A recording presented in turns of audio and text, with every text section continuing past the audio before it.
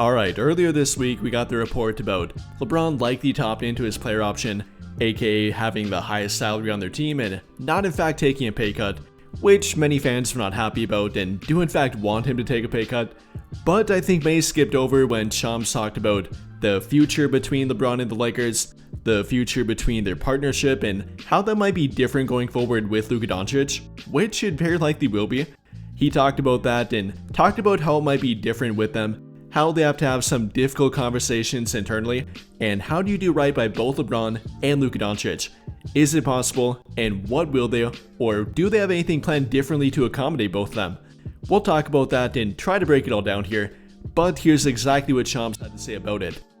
I saw it. I will say this: the Lakers, there's a decision, not a decision, but they've got some conversations internally because LeBron James has been there since 2019, 2020. Oh, don't get it wrong, He's been there for Shams. 6-7 seasons.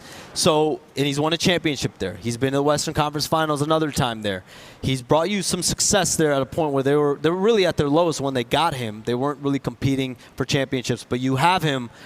Do you do right and try to restructure the team, try to involve him in your decision making, but then you also have this player, Luka Doncic. On that note, Tone has a question for you. That's going to be the face for of you. your franchise. How do you handle? That's going to be a big challenge for them. Yeah, everybody's talking about on the court, but off the court too. Massive conversation. Like he said, there are definitely going to be some conversations between them, probably some kind of difficult ones, and a whole lot about their short-term future. I mean, after all, that's kind of what LeBron only looks at this point, not looking at the 5 to 10 year future anymore, not even to a 2 to 3 year future, only about the next year every year. Is he going to play? What's the team going to look like around him? And how are the Lakers going to accommodate him? I mean, year after year we hear it, what LeBron wants, what the Lakers want, often about draft picks and how they plan to build their team and maybe the differences between what they want and what LeBron wants in regard to that.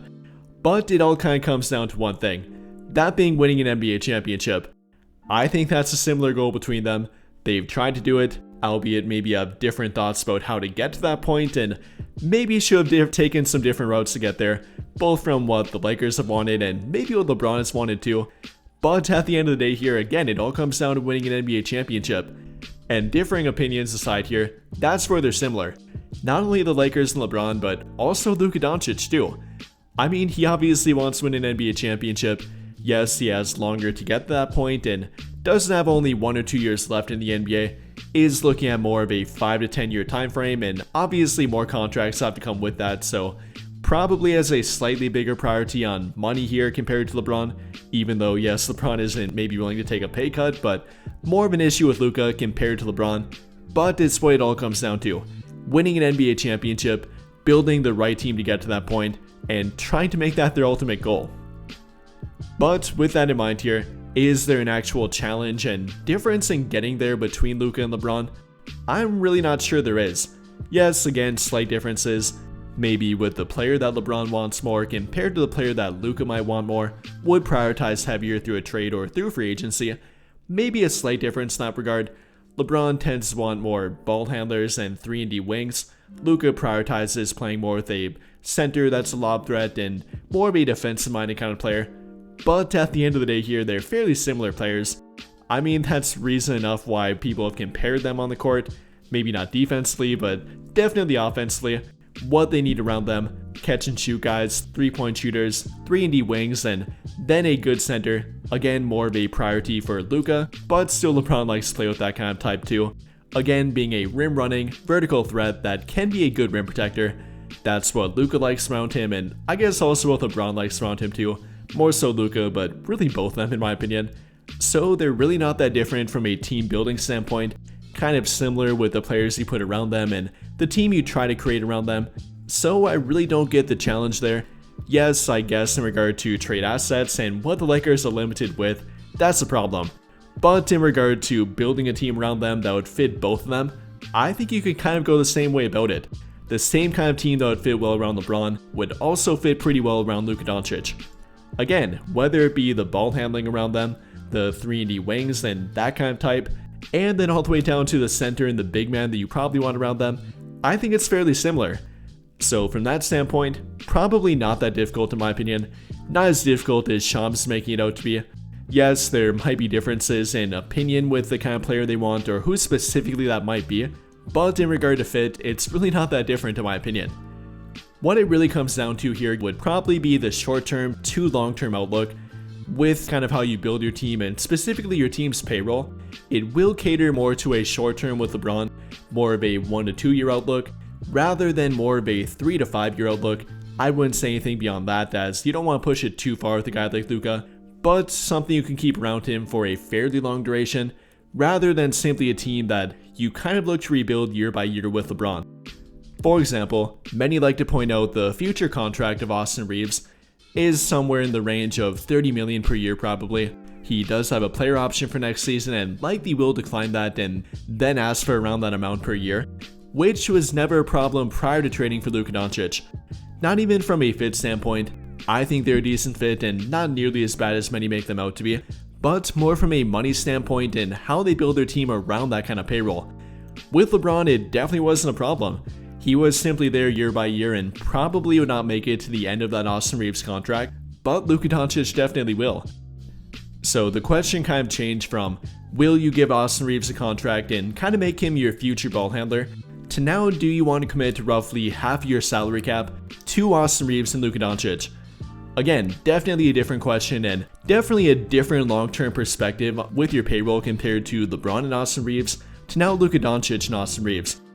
Yes, Anthony Davis was factored in there before, but it was very different compared to Austin with Luka Doncic compared to Austin with Anthony Davis. That was a ball handling and big man kind of fit rather than two ball handlers, which I think can potentially fit, but will be more difficult than before. Or then even beyond that, pointing to what the Mavericks did with a guy like Derek Lively for example, Luka Doncic affords them the luxury of actually taking a draft pick and trying to get a guy that can help them a little bit right now, but then could help them even more in the long term.